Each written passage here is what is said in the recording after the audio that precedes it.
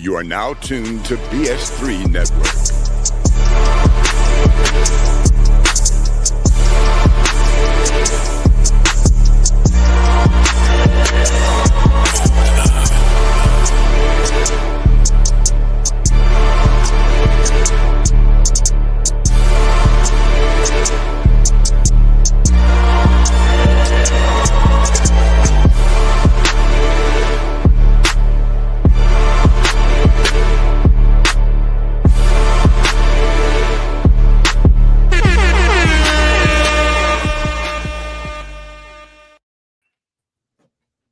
We are back. Yes. We are back. The A team is in the building.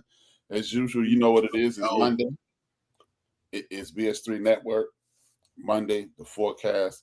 Well, me and two other guys, us and two other guys usually do the dopest podcast and the universe. But those guys choke, they scared. So us. It's us now. The A team. We call it the A team. The junior division will be back shortly, but until they get their courage together, we've taken over the world 1 week at a time. It is the Fourcast, where we review movies, documentaries, comedy specials, or whatever comes across our streaming services or in movies. What we do is give it our spin, let you know if you should not watch it, could or could not watch it, or how we enjoy, or if you should waste your time watching. So. I'm B. He Wilkes. It's us. We take it over universe. What's good, man? Man, I'm good. Doing all right, man. I was excited to watch this one. Pretty interesting. A lot going on in 1 year. A lot going on. Who knew, man? This was a very interesting watch. I truly enjoyed it. Like you said, it's a lot going on in 1971. I was a year old. As a matter of fact, I wasn't even a year old. I was 4 months old. This starts in January of 1971. And January 1971, I was 4 years old. So, this is I got to look back because I wasn't around until 81. So, I got to look back. Exactly. I got to rely on clips and conversations with my family. Right. Conversation we weren't even supposed to be listening to. Right. But, yeah, man, it looks like it was I'm not even gonna say it was a wonderful time. It was a very interesting time. I didn't know. Well, let's just jump right into it. I'm gonna go first on the initial thoughts, and then I want to hear what you have to say. Yeah. I didn't know all the music that I enjoyed for the better part of my life came out in 1 year. Oh wow! It was something like I'm not kidding, man. At least like 12-15% of the music I've enjoyed my whole life came out that year.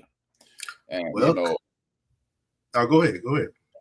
It was amazing, and it was wonderful to see and wonderful to embrace. And it's something that if this is your first time watching, this is the initial thoughts. We talk about what we saw and how it initially chopped into us. And if you hear us speak about Ben and Doc, those are the other hosts of the show. Me and Doc have frequently referenced the fact that music at one point in our lives didn't have a color, and this documentary is the dictionary definition of that.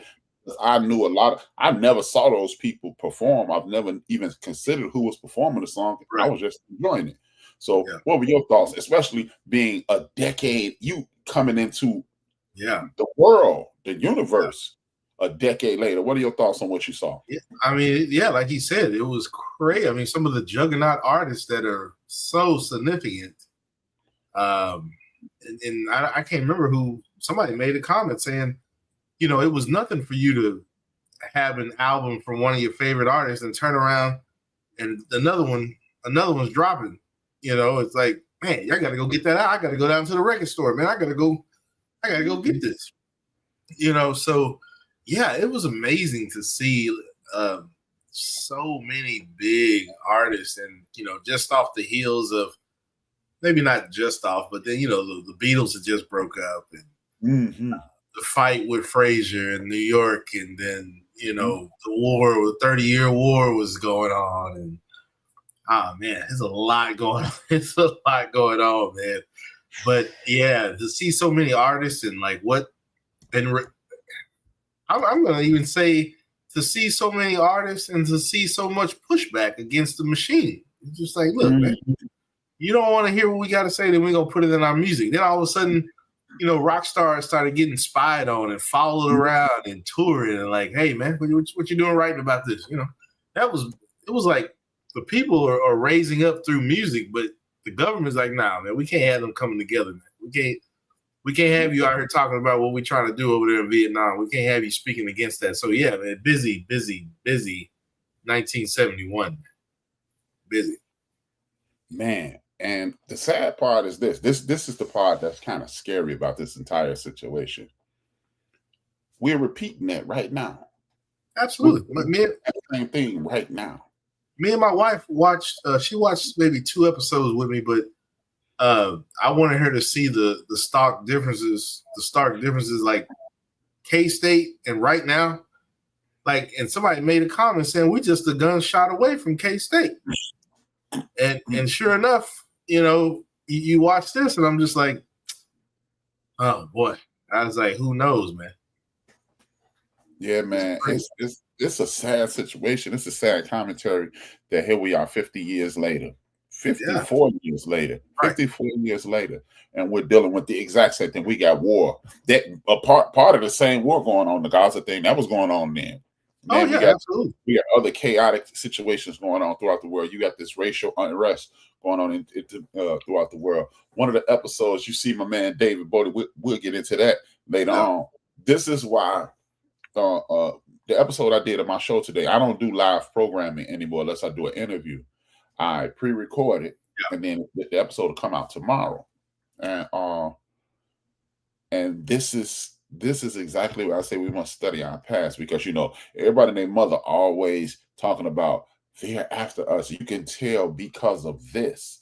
And this is usually something that's happened a generation before, but because we are afraid to look back. Right. It's because we I don't know if it's because we know. I think that's why I think some people like the Black Eagle he doesn't get easily bothered by it. He's bothered by the fact by what are you going to do about it? Because this is not the first time. This is not something that's happened. And I heard this before in Trump's first administration. Mm-hmm. If you pay very, very close attention. And I did an AI search on purpose. The Nixon administration versus the Trump administration. If you read that layout between Nixon and Trump, there's some things that are slightly different. Obviously, things are twisted. Things are gone further than what they pulling from the same playbook.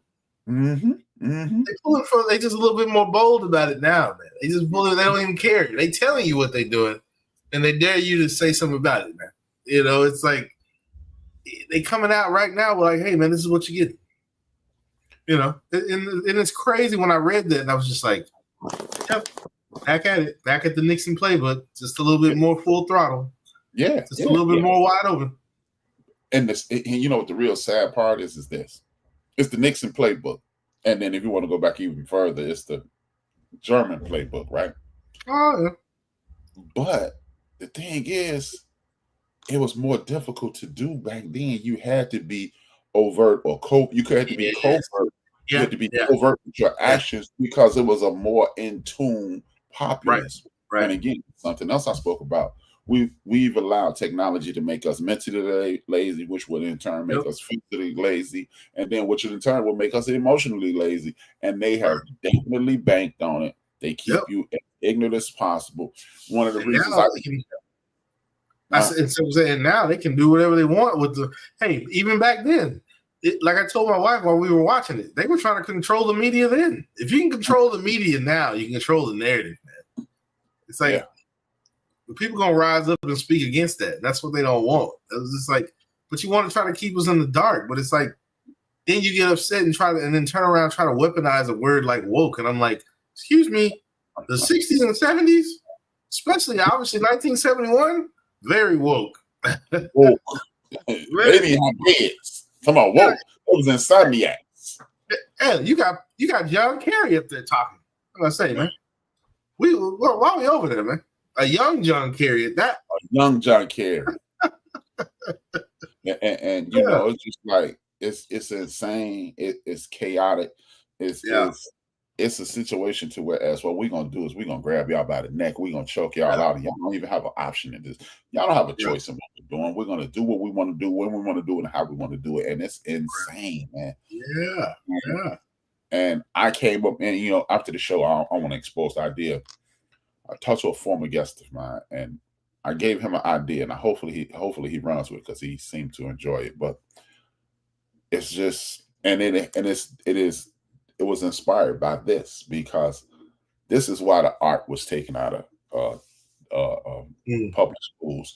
This is why creativity is dulled down. This is why AI is being pushed, because if we can make it so you don't. Why would you want a computer to write your script? Why would you want a computer to comprise your music to your song? Why would you want any of those things? Because if you lose creativity, you lose a portion of yourself that it'll be extremely difficult to get back. Oh yeah, because you're losing that creative spark. You're losing your imagination to that. I think it was touched on in here a little bit about, you know, not using the imagination because things were becoming so abrupt and handed to you, and as they said, manufactured. You know, you weren't using your mind. That's why, like, when they were saying, like, I know I'm going light years ahead. That's why they were saying, like, with Carole King. That's why she was like, I wanted to have these actual emotions. That's why Joni Mitchell, you know, to me is like the female Bob Dylan, because she had these songs that was, hey, I went through this. Hey, I might need some help. Maybe somebody can relate. You know, I might be having a mental problem. You know, so it's just one of those things where, you don't want AI and things like that to step in. You know, like they mentioned about Shalai. He had the drum machine. He didn't need the band. I'm just going to I just need to make a few notes over here, layer it over a track. I did this by myself. I don't even need the band. So, yeah, a lot of things were coming along where it was just like, oh, you're a one-man band. You know, you're a one-man show. And Chuck D speaks about that, how in the 80s they broke up the groups because it was a group project. The Public Enemy, a group. NWA, a group. DDP, a group. Eric B. and Rakim, even though it was a two-man situation, they were a group. They did everything they could to make you walk away from what you were to who you are. It's about you, rugged individualism. And in the 70s, just 14 years before hip-hop took off, it was all about the group. And as you say, we're going to dismantle this Stone thing. Oh, yeah. Dismantle this KC and the Sunshine Band thing. We're going to dismantle everything we can to start. That was speaking to the populace. And man, this thing was insane, and it was a wonderful thing to watch. And I can't wait to watch the last 4 episodes. Right? Yeah, I like how they're going into it, and they keep getting into the juggernauts of the 70s and the people that were significant. So yeah, no, I mean, oh my gosh. Of course, I loved them when they mentioned the What's Going On album, because that album was so. Hell, that whole album could have narrated this whole series, man. It was just insane, man. And I was telling my wife, you know, I was like, you know, Berry Gordy, he didn't want that. He didn't want that. Thank you for saying that.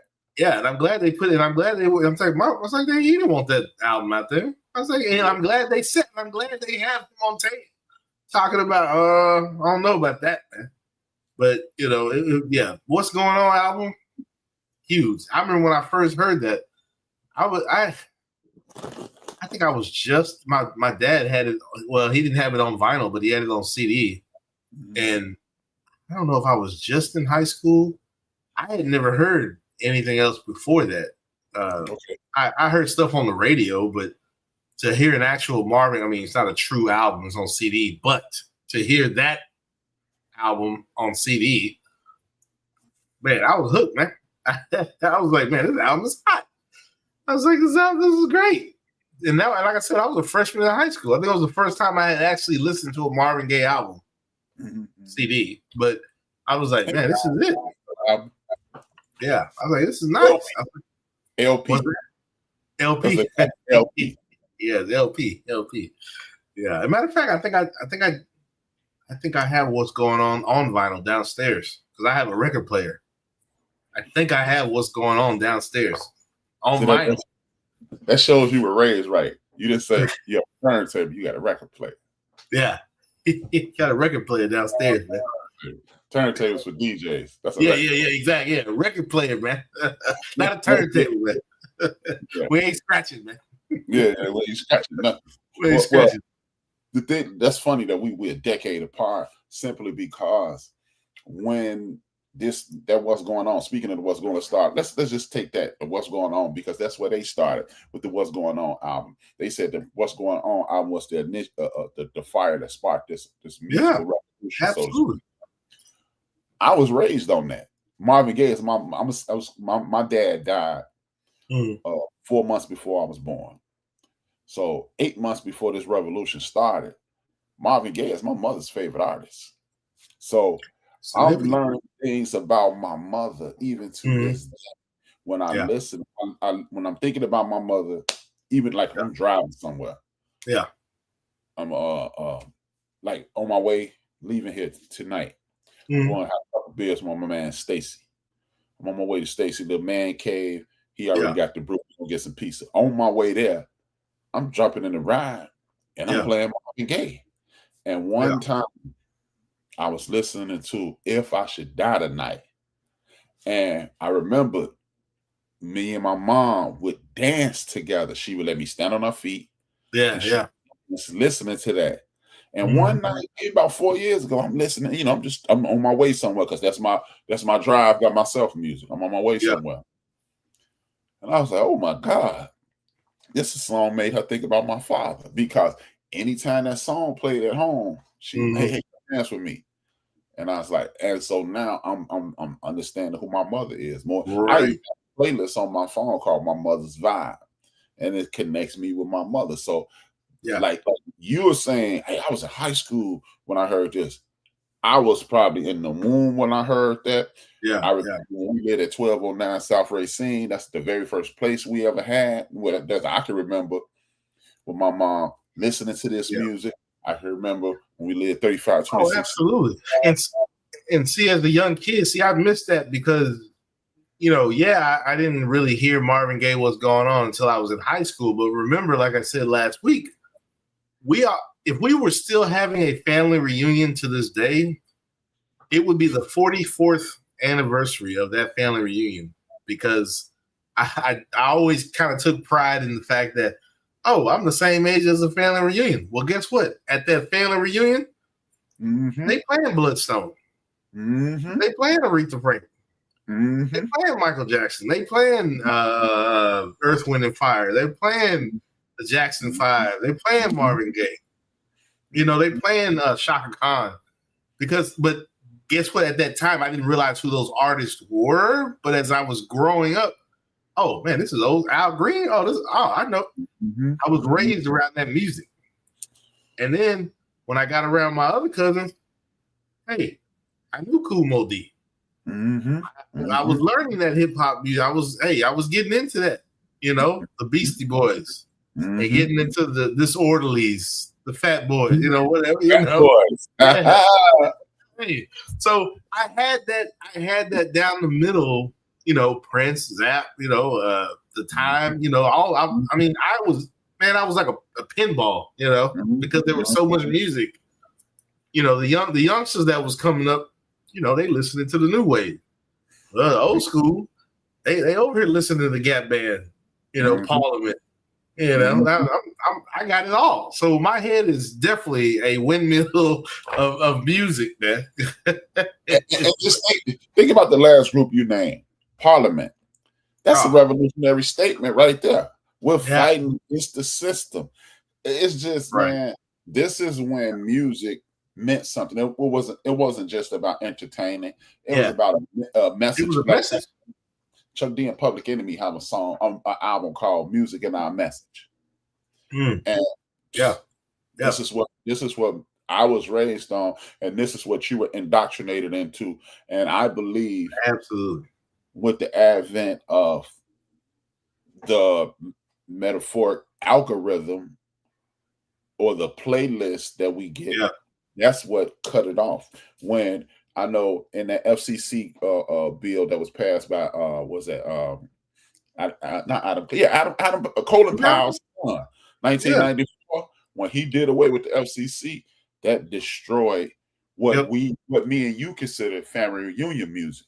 Because hey, bro, I remember like when you, because I'm a decade in front of you, when you were getting into high, well, you were going, you've been in sixth grade at this point. This 1991, 1992.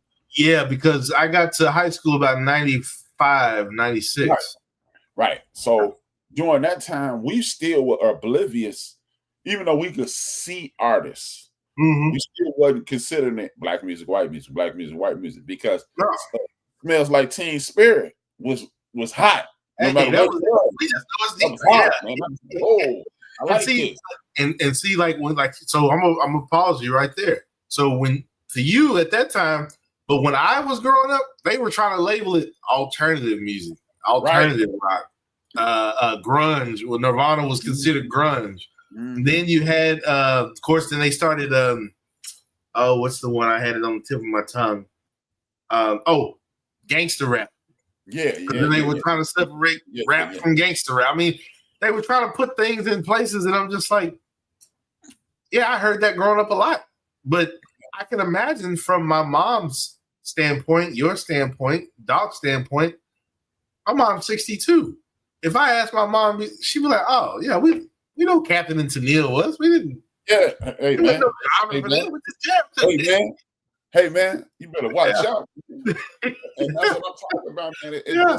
It wasn't these diluted forms of music. It was like, I can remember, like, ironically, you brought up gangster rap.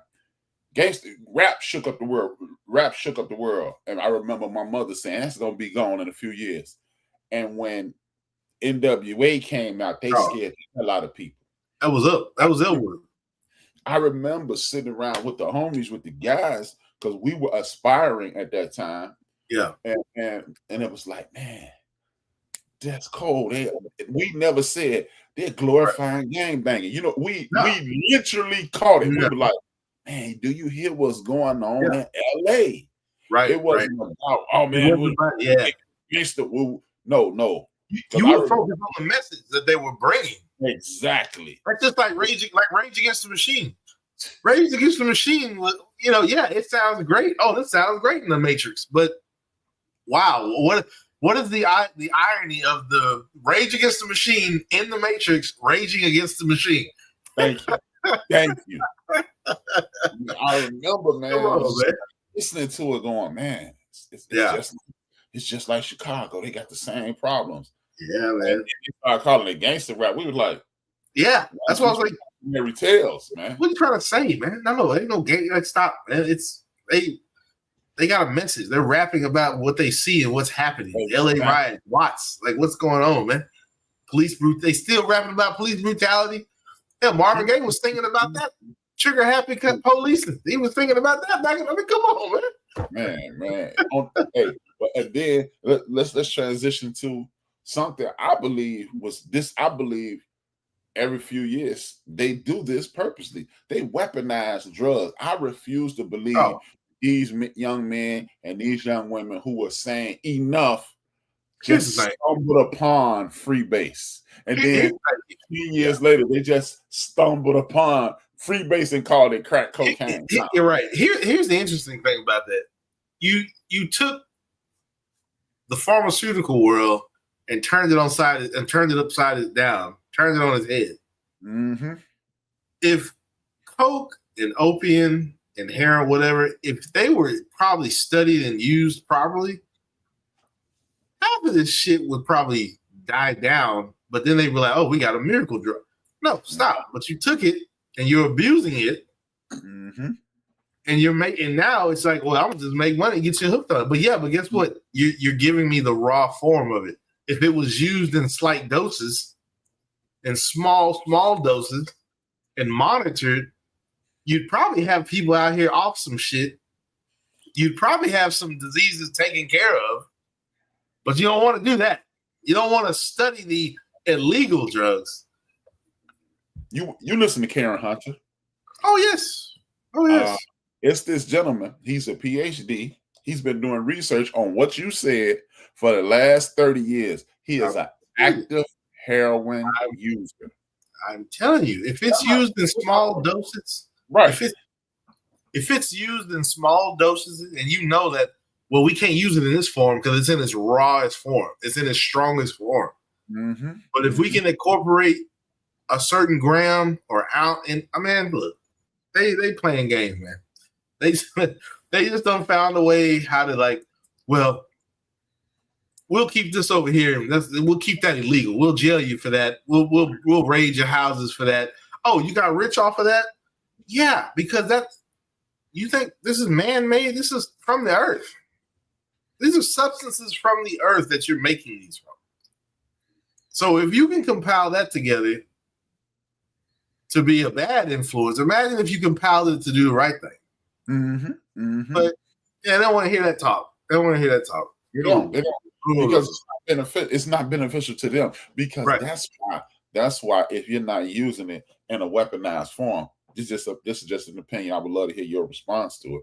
If you're not using that substance in a weaponized form, meaning addicting people, drying people's spirit out, drying people's physical out, destroying them systematically, that's why you go to jail.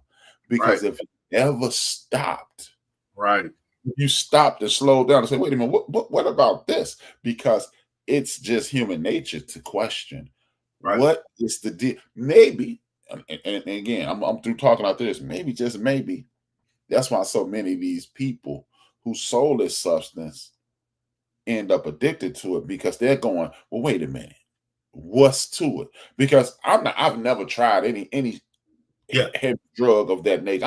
I've even taken a hit off a joint. Yeah. But I've always wondered, what does this feel like?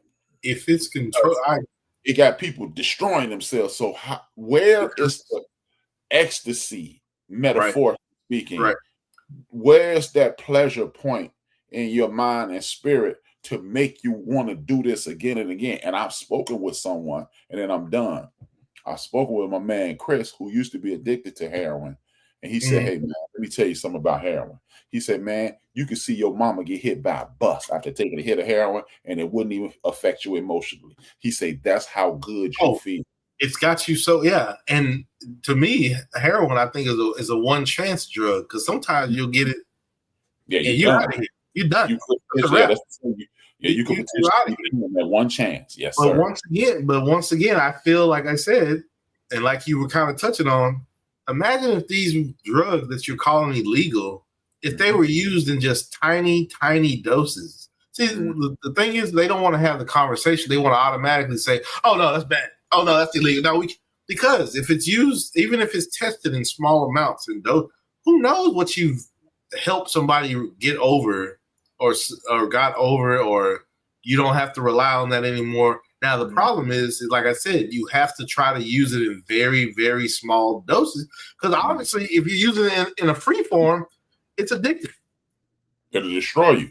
You just try to get high. But if you can find a way to, oh, hey, we can use this to battle this, but we have to maintain it. We have to watch it closely. No, they don't want to do that. They want to automatically label.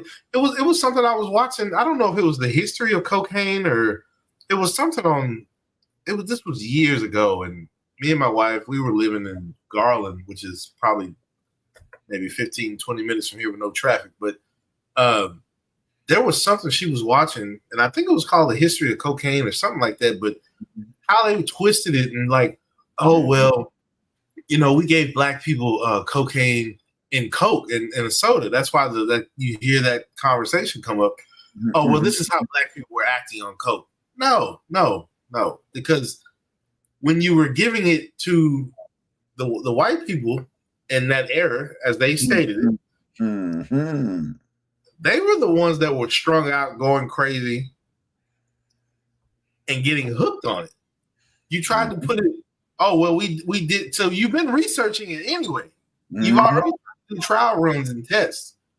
So it's like if you collectively try to figure out how to make it work. But you I think they made coke illegal like in the 20s, I think. And I think it was because of that study that, oh, well, this is how they act. This is how they act. If they would have collectively come together and actually tried to figure that out, if they wanted to, that'd be a lot of stuff solved and probably cured and overcome. But you didn't want to do that. I think they did, Wilps. They may have like Henrietta Lacks. I refuse to believe that they didn't do it. Look, okay. Like I'm sure they're gonna get into that. Well, they were gone, they were already transitioned by this point. So that's why people like Dylan. That's why people like my man, I can't think of his name, with the Doors, Riders of the Storm. Jim Morris. Jim Morris, and I think that's why they demonized those guys. Because if you think about it, these guys were they only touched on it slightly in these first 4 episodes. Maybe they get into it a little later. This is the psychedelic era. This is when people are using mind-altering drugs, and those people were putting out some of their best work. And those people also, were on a different plane. For example, the reason I'm on this is why I have so much confidence in what I'm saying. Marvin Gaye was a drug addict the last 4 to 5 years. It's like they say he was smoking cocaine like you would not believe, right? Yeah. It eventually was turned into crack. They called it freebase at the time. Yep. But him and this prominent NBA player, dude by the name of Michael Ray Richardson, when they would leave America and go back to Europe and Germany, they both went to Germany where it was free. I mean, it wasn't free. It was you had the ability to use it. It wasn't any stigma around it. They became better people. The album that everybody that want. I used to go out and party. You know Yeah. I know that album. The album was recorded in Germany, and get this, that was a jam session. That was what they were warming up, and the engineer hit record. That's not a real song. That's camaraderie, like among people. Hey man, how you doing? Yeah, exactly. Yeah. So if you could create something like that after leaving America, I can only believe that America you literally have additional in these drugs because as you stated, this is something that could elevate you, and we don't need elevated alert minds, because if we do, because then you got no need for. I mean, you're gonna have need for hospitals, but you're not gonna have these needs when the earth is giving you. I've told Ben this, and Ben has heard me say this. There's a lot of things that the earth has given you naturally that they don't want you to know about, or you really have to dig and learn about. You cannot tell me life was sustaining on this earth without prescriptions or over the counter medicines. The earth was sustaining you. It was giving you things that you needed to survive. I mean, you literally had opium camps, opium tents, and if it was used in proper doses, but whatever. Okay. How about this? No. Let's go. Let's stay there. We'll simply because if you read what is called meta-nature, it's traditionally called hieroglyphics. They had neurosurgery back then. Yes, they had heart surgery back then. So. Tell me you cutting over people's head and you cutting over people's chest, and you don't use any narcotic. You gotta have something. You gotta have something, man. Come on, that's why you had those, as they say, witch doctors. They weren't really witch doctors. They had the doctors that were studying herbs, herbalists, and you had those people that knew, like, hey, if I mix this, okay, then a rash may occur. If I mix this, okay, well, then this may get you by for a few weeks or whatever. How are you sewing these people back up? What are you giving them for the pain? What are you doing? Like come on, man. It's because go ahead. No. I was just amen at what you were saying, because like even when you look up things like the word magic, and going along with the term black magic, it says it says tapping into spirituality. Yeah. And I'm like, wait a minute, hold on. So you mean black magic is tapping into spirituality, and because these people who we've demonized, voodoo is what is called voodoo, they're tapping into the creator, which puts them closer to God, who you at that point you can make a easier request. It's almost a form of prayer, and you've demonized this. Yep, because you didn't understand it. This allows you to understand why 300 formerly enslaved people could be on the island of Haiti and beat the strongest army in the history of the world. It caused Louisiana Purchase. That I was saying, you took the words out of my mouth, which forced the United States of America to be 4 times the size that it was at that moment, because we got to sell this for pennies on a dollar. And where did you get 15 million to buy Louisiana, state of Louisiana, 15 million? Come on now. What's up, Keisha with a K? Yeah, man. It's insane, man. It's just one of the. That's why I said I truly believe that. Excuse me, I didn't get a chance to mute that, but I truly believe you cannot tell me this planet was not created to sustain life. I mean, look at it. We got animals that don't even eat meat. They're bigger and stronger than everybody you have ever met, and they just eat veggies. Everything's not a predator. Like what? Okay, let's stay with that. The two biggest, strongest animals that walk the face of the biggest, strongest mammals that walk the face of the earth are herbivores. The gorilla, the elephant. They don't eat meat. They don't eat meat. like ironically, that statement that you just made takes me back to January 2007. It is the reason I started going back to church. Ironically, no kids. I was sitting there. My man was always trying to get me to go back to church. Man, you need to go to church. I'm like, whatever. Yeah. So I asked, after me and him started reading the Bible together at lunch. Ironically, I'm digging it now because that's how you get my attention. You teach me something, and I'm listening. Yeah. And then I said, hey man, let me ask you a question. I say, look, don't take this as silly B. I'm just asking you a question. He said, all right. I said, it's gonna sound like a joke though. I said, okay, we're carnivores by nature. I mean, we're carnivores by choice. We're herbivores by nature. He said, right? I said, the Tower of Babel. They try to build a tower to God knocked the tower down. Right. And all of a sudden we hit the ground and we start speaking other languages. He said, true. I said, it's at the moment we start being able to communicate with animals. I say, because it's harder to eat Bessie the cow if you just had a conversation with her. I said, look at the way we treat dogs. Yeah. We love dogs because we have a connection. We can communicate with them. Yeah. We don't have that same thing. Pigs are just as smart as dogs, but hey, it ain't many people in this world that ain't enjoy in Black America that has not enjoyed a pork chop. Right. Dogs got that same meat inside of them, but if you say, hey, man, it's a dog chop. Yeah. But because that construct has been established. Just like my friend that lives in Rotterdam, they have horse meat in the grocery stores. And we all know horses. To us in America, horses they like dogs. They like pets. They're part of the family. But over there, hey, serve him up, wrap him up in plastic.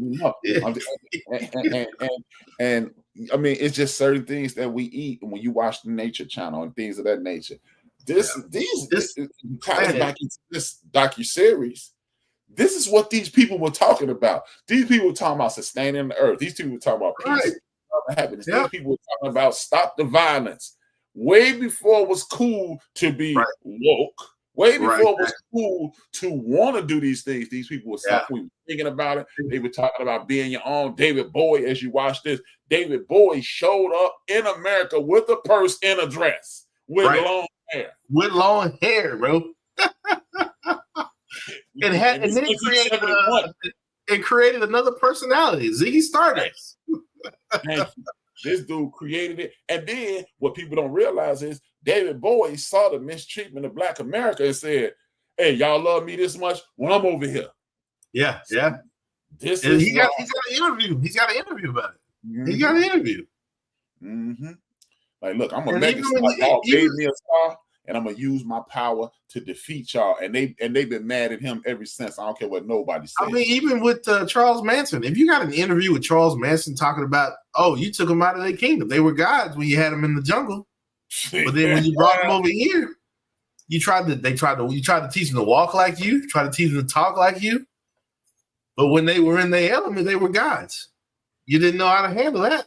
When you got Charles Manson talking straight, hey man, I mean, when you watch this docuseries, bro, it really opens your eye. Like, okay, before we go further, it really opens your eyes to what you've really been dealing with. And shout out to Jimmy Iovine for doing this, man, because he didn't have to do this.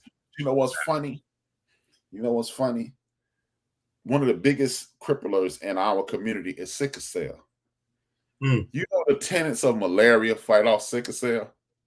Where did you get malaria from? West Africa or Brazil because of the mosquito. That's what I'm saying.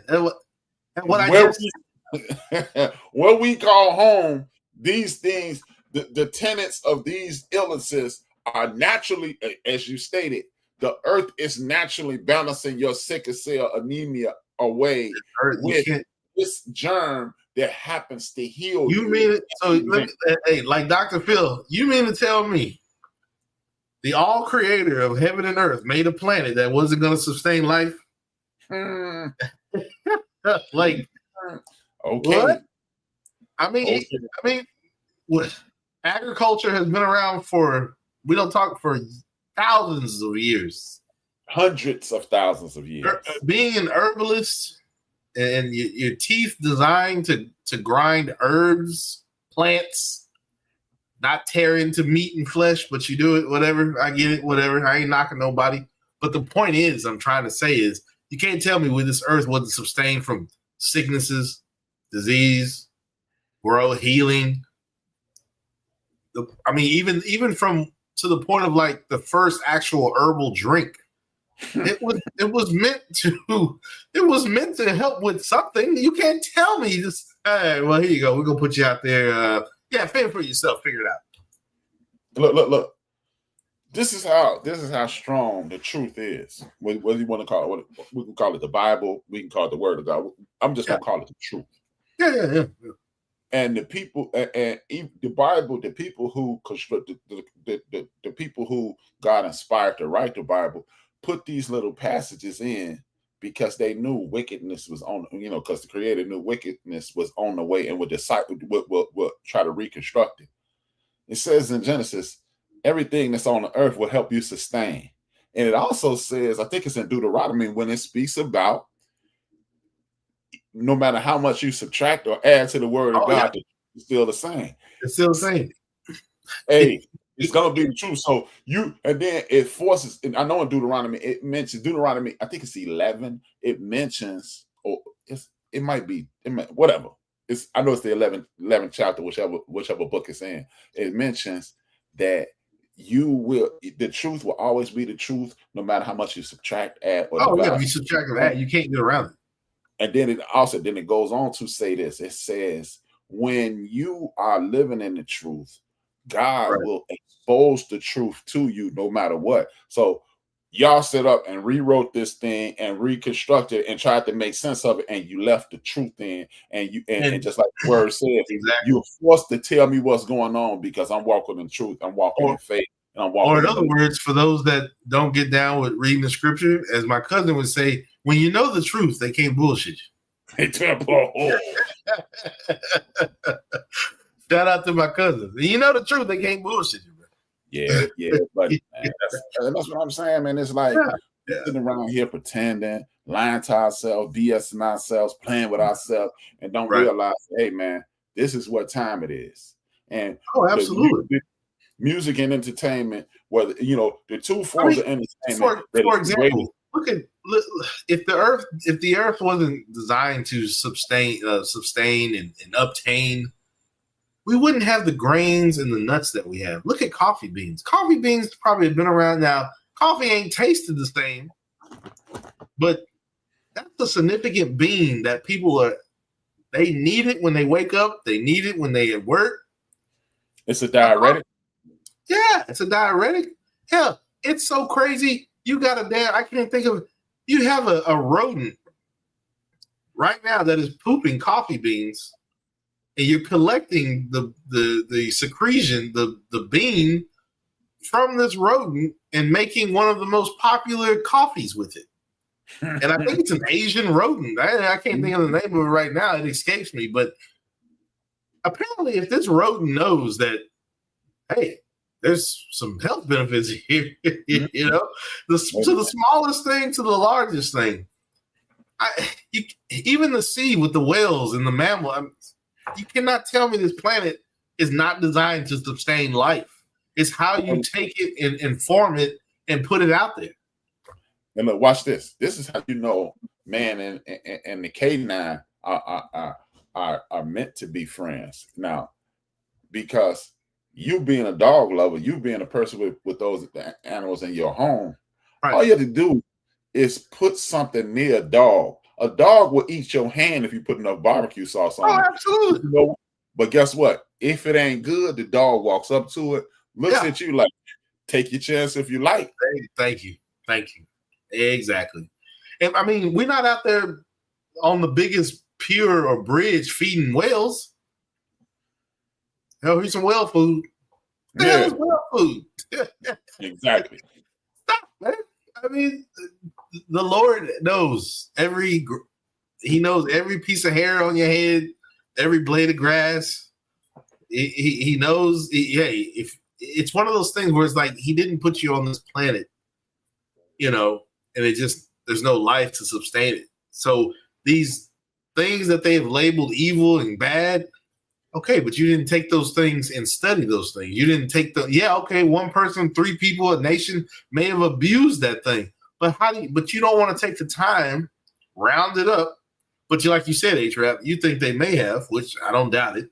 You can't tell me you haven't secretly experimented some kind of super drug or mega drug, whatever. Watch this. I didn't go to school in Dallas. You know, we went to school in Dallas. Did they teach the metric system in your school? No. But hold on, watch this. They ain't teaching here in Illinois either. Yeah, they didn't. But everybody outside with a package of drugs in their pocket, it's all about kilos and grams. Hey, they know all the metric system. Now you ask somebody, hey, bro, how many feet in 100 meters? Right. What? I don't know. I don't know the metric system. How many grams? Oh, well, you got 2 grams in a feet. Well, if you got an 8 gram, if you got an 8 ball, you got the So don't tell me this is you just happen to stumble upon cats that ain't never. I know some cats, man, that dropped out of kindergarten that they drug dealers, but you know how to measure drugs and the metric system. Man, come on, dog. Now give me some tools in the metric system. Oh yeah, we're gonna take that start off, Carl. We're gonna break that start off. Man, you know, look. Think about this. If you don't think this is a setup situation, you have weapons in the metric system. You have the things that you're using these weapons to protect in the metric system. The metric system. Only thing from crime that's not in the metric system is the money. Nope, not in the metric system. No. Hey, nope. And guess what? Somehow, some way, if they convert the dollar to the euro, right? Though they somehow, some way, right? So you want me to believe that the CIA in 1989 openly admitted that we pushed this stuff on these people, right? But you don't want us to believe that y'all taught them. Exactly. Hey, do this in the metric system. Figured out. No, you don't have somebody $100 million over. No, they didn't teach they didn't teach the metric system when I was gosh. Yeah, that's what I'm saying. I had to learn that. Like I said, I kind of learned that in mechanics because there are car Germans, there's some foreign cars. They're in a metric system. So I learned that through automotive, just taking your wrenches are all in the metric system. They're all in the metric system. You cut it off right around the time these mind altering substances start taking place in the country. Right around the time you put an end to this movement that we're seeing in this music, right around the time. look at all the artists that were big during this docuseries. Huge. Every one of them succumbed to addiction. Yep. If you open your mouth about what was going on somehow, some way. Now, check this out. A movie that I shouldn't have been watching because I wasn't old enough to be watching. It's called Body and Soul with Leon Isaac Kennedy, Jane Kennedy. They were the stars of the movie. Yeah. Peter Lawford was his nickname in the movie was the big man. That was his name. Yeah. This dude, Leon Isaac Kennedy, let his best friend, this white guy, be his manager. And they was like, what we gonna do? They literally said in the movie. Now, at 11, the year you were born, I'm watching this movie. I don't know what they talking about. I'm just like, oh, it's breast in the movie. I ain't gonna lie. Yeah. That's big enough. Right. So, but I watched the movie 2 weeks ago. Mm-hmm. I remember they said they gonna get his buddy addicted to drugs because his buddy likes smoking weed a lot, and they gonna put women on him. And in the movie, the dude said, and I noticed it 2 weeks ago when I watched it. He said, "Yeah, come over here, man. We got something special for you. It's this thing called freebase. You gonna love it." And I'm like, so you telling me they wasn't doing, if they put it in a movie in 81, they was doing it in 71. And that's how they did the whole movie. Because all these people start using mind-altering drugs. Everybody that's why I was telling my son. Nothing is written just because it fell out of the air. Somebody, let's put this in a movie. It was inspired by something. It was inspired. Songs aren't written. Poems aren't written because, you know what? I feel like I just feel so grounded today. I'm going to write this beautiful poem. No, it's inspired by something. It's inspired by tragedy. It's inspired by death. It's inspired by succumbing to something or overcoming something, redemption.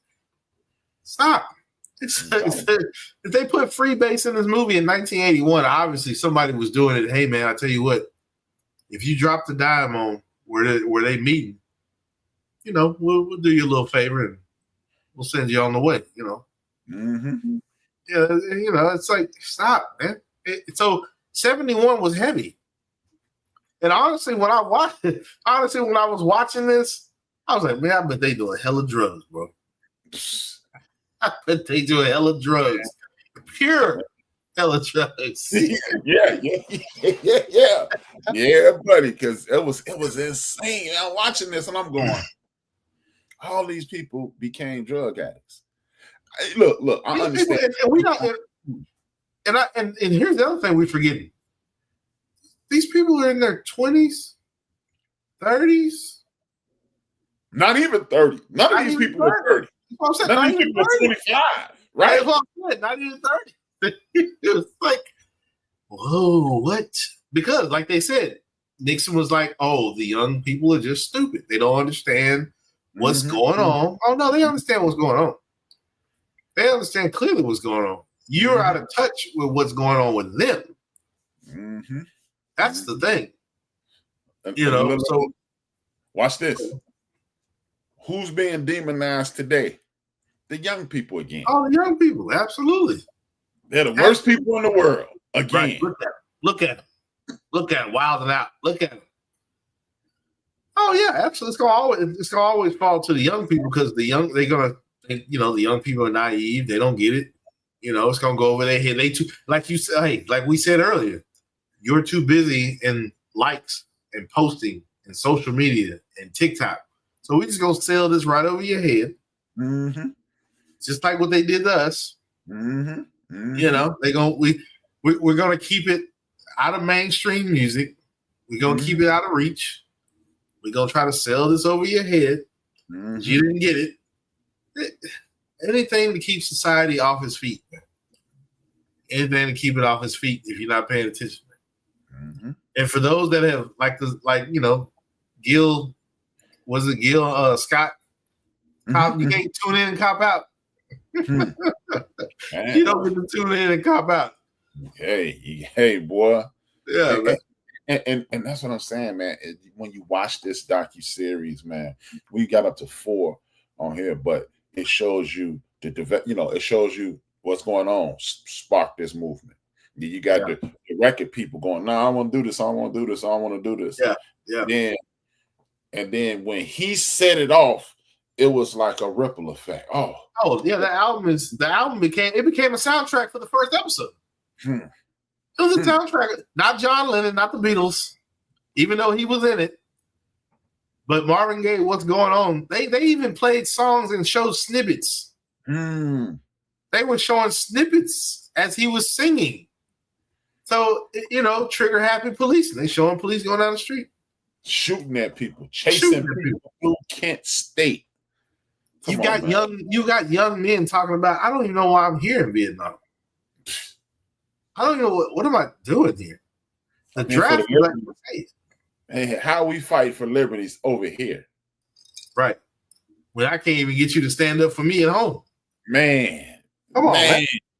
You had white guys saying that, hey, man, they mistreating us at home. What we over here fighting for? Who are we defending over here? Exactly. And that's why when they came their asses home in 76, they were villainized. Because hold on, y'all talk too much. We're gonna show you jokers. We're gonna show. Oh yeah. If you don't fall in line, we're gonna have to beat you into submission. I mean, you had bodies. They were carrying bodies off like fish in nets by helicopter. Did you see when they had that gigantic net with about 200 dead bodies in it? It looked like fish. It looked like fish in a net, man. Now, where's the mass grave? Because where are you going with the bodies? So you want me to believe that you had such little respect for those humans that you picked them up in a net, but you went to an army base, cleaned them off, and put them in boxes. Man, knock it off. Yeah, no, thank you. Stop it. Knock it off, Jack. Stop it. Because you're not sorting through the bodies. This ain't kill them all and let God sort them out. Stop. You're not doing that. Pick them up, drop them in the ocean, so be it. Thank you. Let the fishes eat them, because that's where you going with this. I mean, it looked like a fish net. And this helicopter was massive. I'm like, what is happening right now? Man, it was just man. And then again, this is one of those things where God make it so the truth will be seen.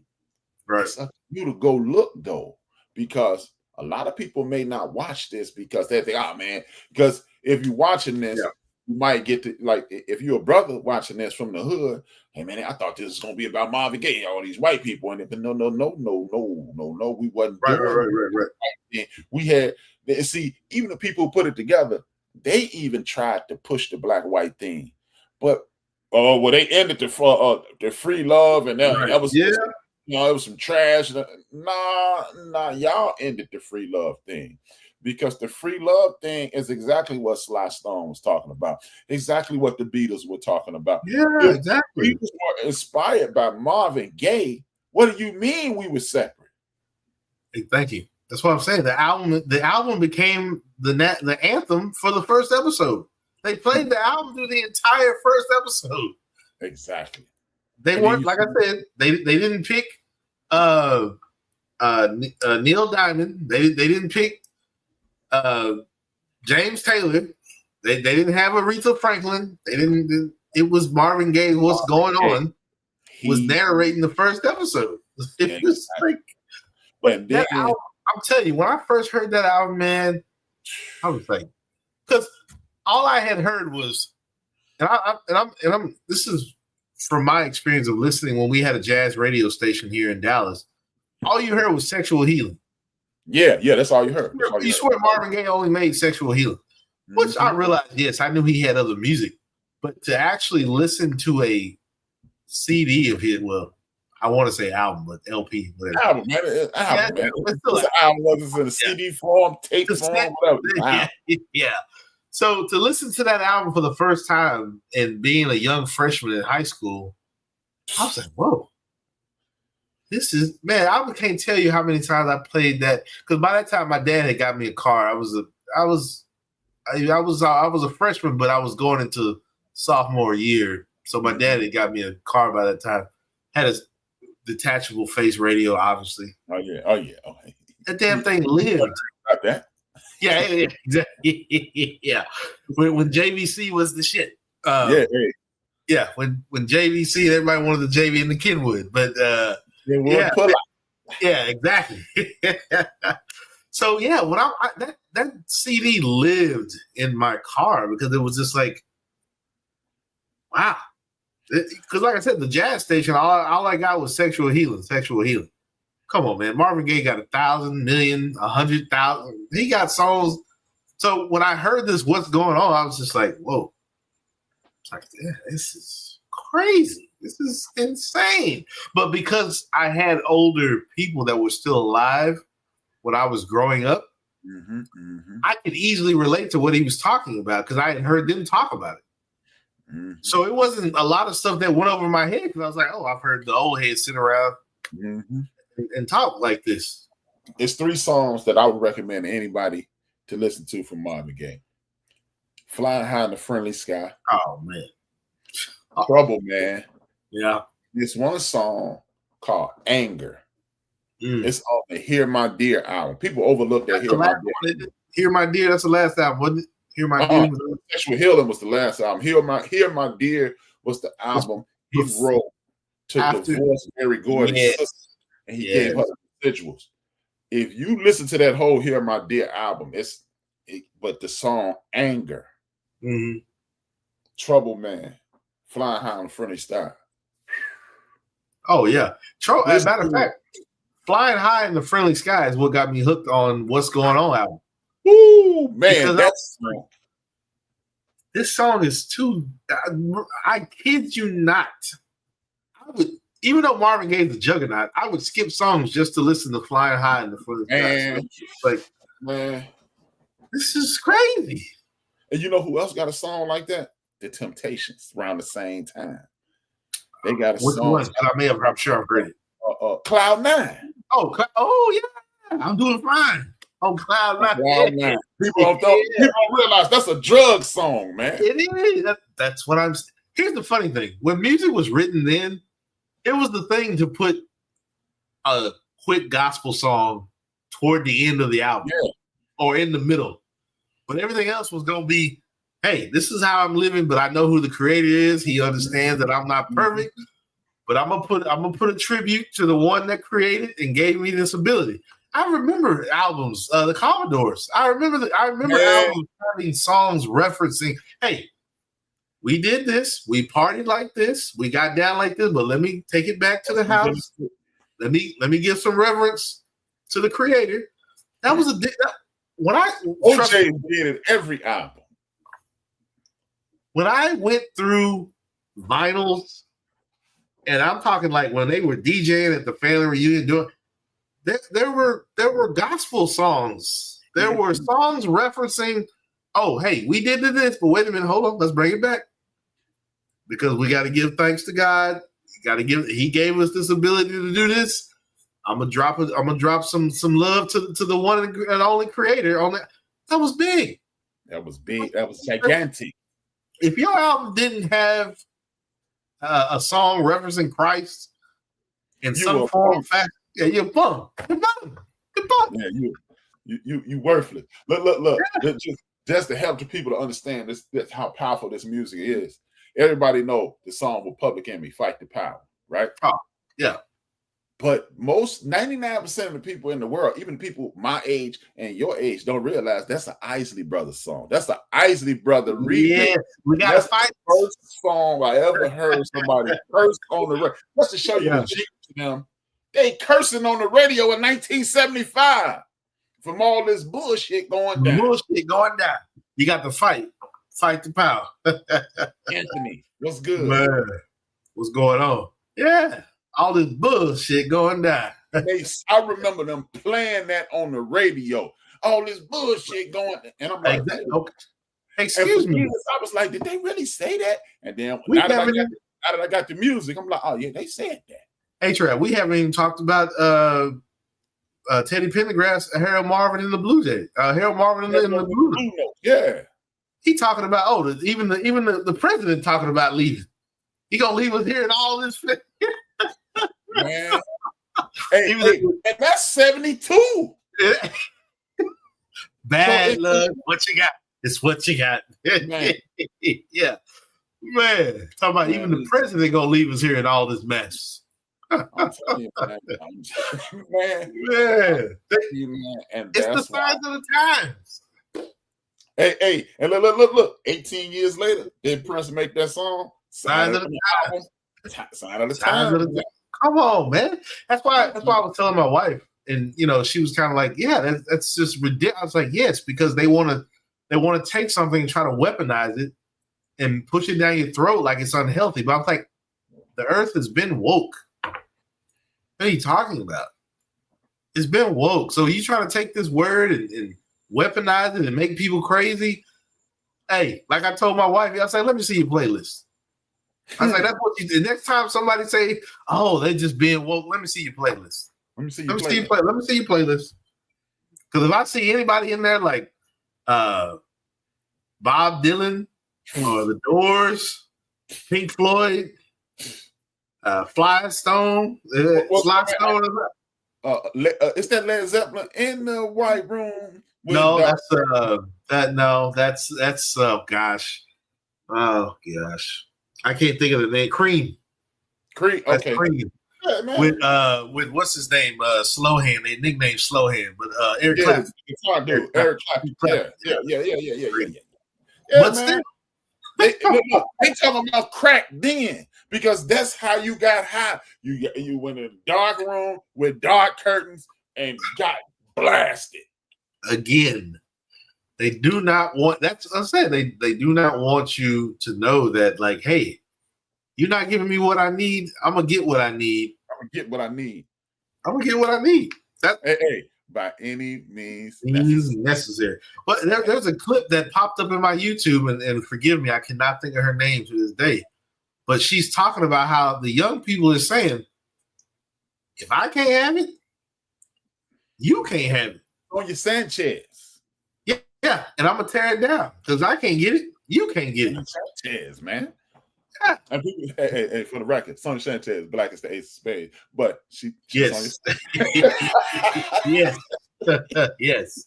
But, hey, but that just shows you how the further we got away from this whole construct of black, white, yellow, brown. Once we got up out that crayon box that the people upstairs made, it's unsettling, man.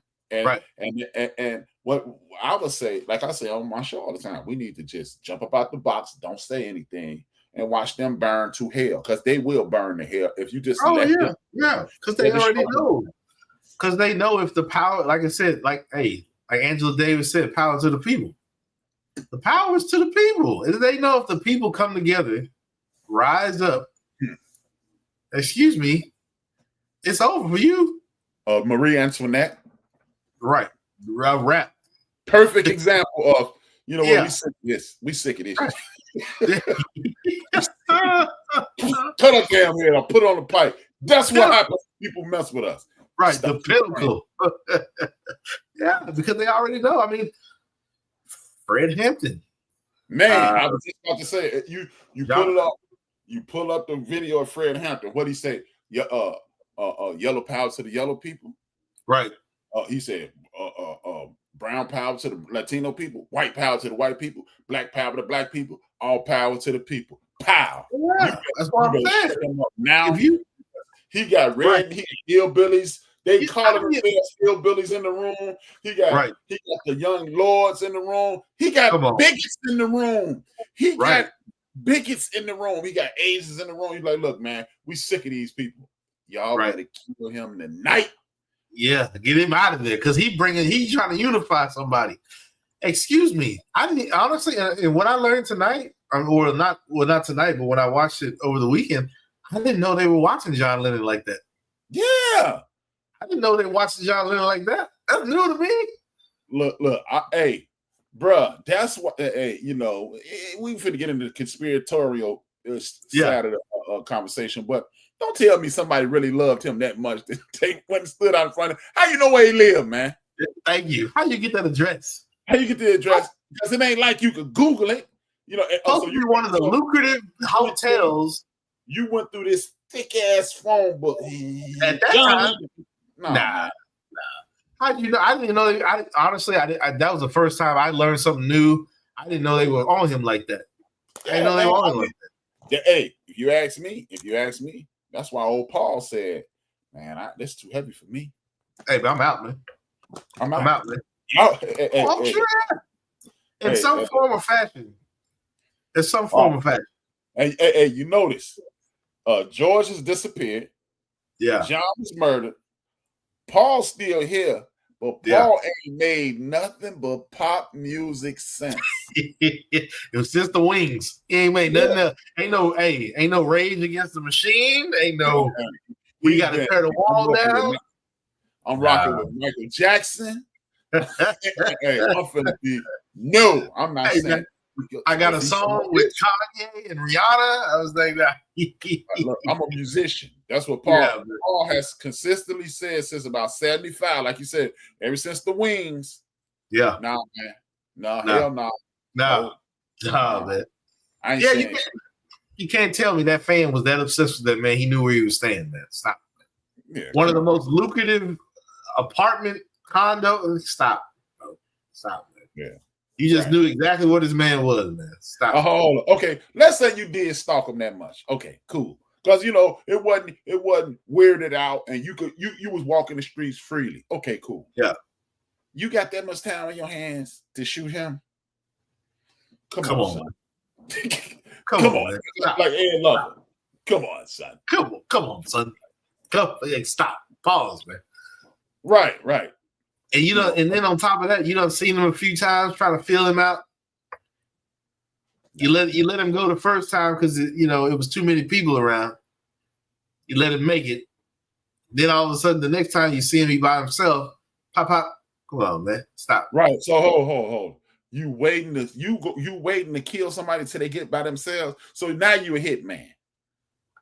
Because if I'm just some obsessed maniac, I'm getting you when I see you. I don't care if your mama's standing there. Pow, pow, pow. Right. Yeah. Hey, thank you.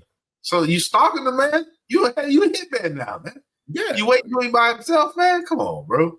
No, I'm stalking Bob. I'm crazy. Remember? I'm crazy. On Monday night. On Monday night, when we know most of America is watching this game. Thank you. They interrupted the football game. I was watching that football game that night. I saw the clip. I couldn't watch it. All I got was the clip. But the fact that they interrupted a Monday night football game. Howard Cosell announced it. I didn't know who John Lennon was. I was like, yeah. Get back to the game, man. I remember that night. Yeah. Because it was one of the rare times. It was one of the rare times my mom would let me stay up late. As a matter of fact, on that, my mom used to let me stay and watch to halftime because do a halftime highlight package from the week before, and they did this thing called "You Make the Call." So, you make the call. I was quiet, like she ain't said go to bed yet. Right. And John Lennon got shot. I'm like, and then she woke up and was like, "Oh wow, let's go to bed." Damn it, man! Like who is this? I'm like, shoot him Tuesday. Yeah. He called off, man. Who is this? Remember that, man. Yeah, bum. Yeah, get out of here, man. Yeah, I'm telling you, man. I didn't know they were following him like that. I didn't know that. That was new to me. Yeah, man. Didn't know. And here's the funny thing: after all I've watched about John Lennon, not once did they mention that he was being trailed or want to be questioned by the FBI. I never heard that. And we want to believe that's just coincidental. Okay. This man living way across the pond, minding his business, and you comes to America, and you clocking and watching him? Come on, man, stop. Well, he only gonna be here. He only gonna be here between Tuesday and Saturday, so I'm gonna watch him Tuesday, Wednesday, Thursday. They close me on Sunday. He gonna be here Wednesday to Tuesday. Yeah. I'm gonna watch him Thursday, Friday. Oh, it's my last shot. Stop. Look. I hope you don't come out with the lady. Yeah, because we don't want to do it in front of the lady. Yeah, we don't want to have to get her too. Like, come on. Look, and most people hated her. And y'all waited for her to go. Come on. Right. Y'all still waiting on her to go. Huh? Yoko done been, man. Stop that. Come on, man. Most people didn't even like Yoko Ono at that time. Exactly. Like, stop it, man. Maybe shot her. Oh yeah, They would have hit both of them. They would have hit both of them. This is for the Beatles. Even during this process, you could see who was with the system and who wasn't. Their road manager. You ain't nothing without the Beatles. Yeah. Damn, man. You don't exist. If the Beatles don't exist, you don't exist. And you said that out loud, bro. Bro, chill, man. Cut the tape, man. Cut the tape. My man was reckless as hell with that, man. I was like, and it looks like he still believes it to this day, man. Hey. They messed up his pockets, man. They messed up his pockets, man. Man. Look, now I gotta start selling crack. Concert. A concert on the what you mean concert on the rooftop, man? I gotta go sleep in the crack, man. Yeah, and they look. Even Ringo started hanging out with the crack man. Oh yeah, Ringo's hey man. Hey, I'm horrible at these drums, and everybody know it, so I'm just gonna I'm just gonna lay back. George said enough of this. George said hey, they killed Paul. They killed John. I'm gonna fall back to. Yeah, just a little bit. And Paul McCartney said, "Hey, I told y'all to leave. I told y'all to leave. Told y'all to die. Yeah, kind of like that one scene they showed where Paul was kind of running to the car a little bit. Yeah, man. Man, that was the day quit. He was like, "Hey, man, they finna kill me." I'm out. Man, Paul said, "I'm out, man." Man, Paul almost ran up out that crib. Like, hey, he was out of there, baby. He was laser focused. Hey, man, look, y'all stay the Beatles, or one of y'all gonna have to get shot. Right. Him. Hey, I tell you what, man. Let me go. I tell you what, man. Come on, let me get my stuff, man. Yeah. Hey, I'm gone. Yeah, man. Yeah, it's wild, man. In 10 years, I'll make a song. Michael Jackson gonna be big. Yeah, I'm out here. And own the rights for a little bit.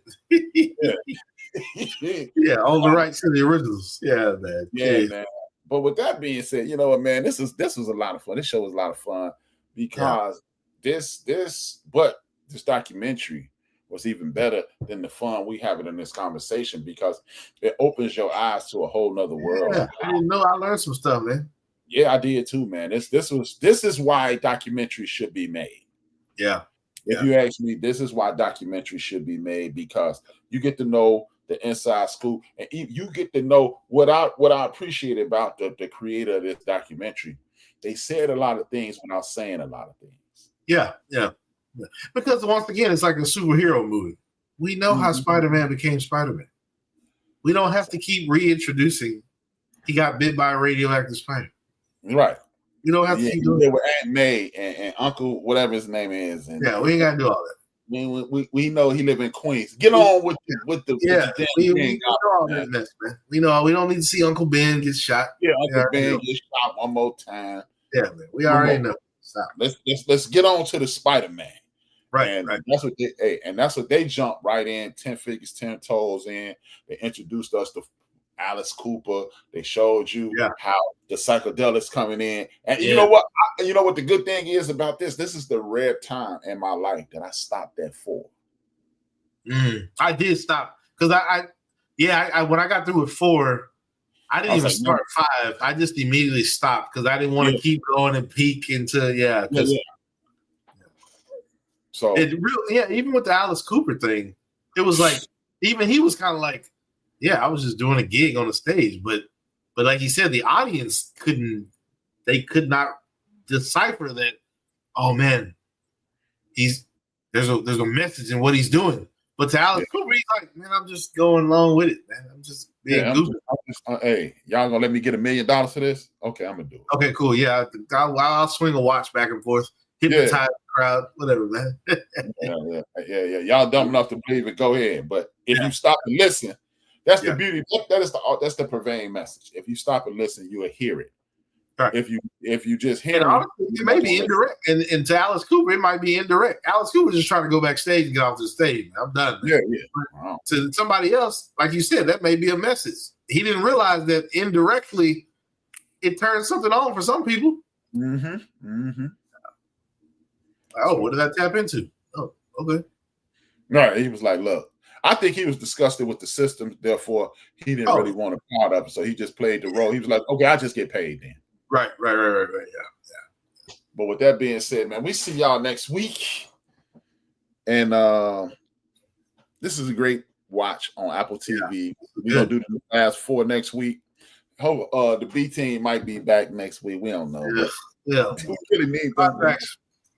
We might even rewrite. We might put an X through the 4 and just yeah. We might just keep it to 18. You know. Yeah, man. We might just take the F out and put our cast, man. Right. Our cast. Exactly. Scratch that our cast. That's what it is. Next week for our cast. Yeah, our cast. Next week on our cast, the last 4 episodes. Thank you. That's what it is. Yeah, see y'all 167 hours, 2 fingers, 1 word. He Wilkes, unwrap. We out.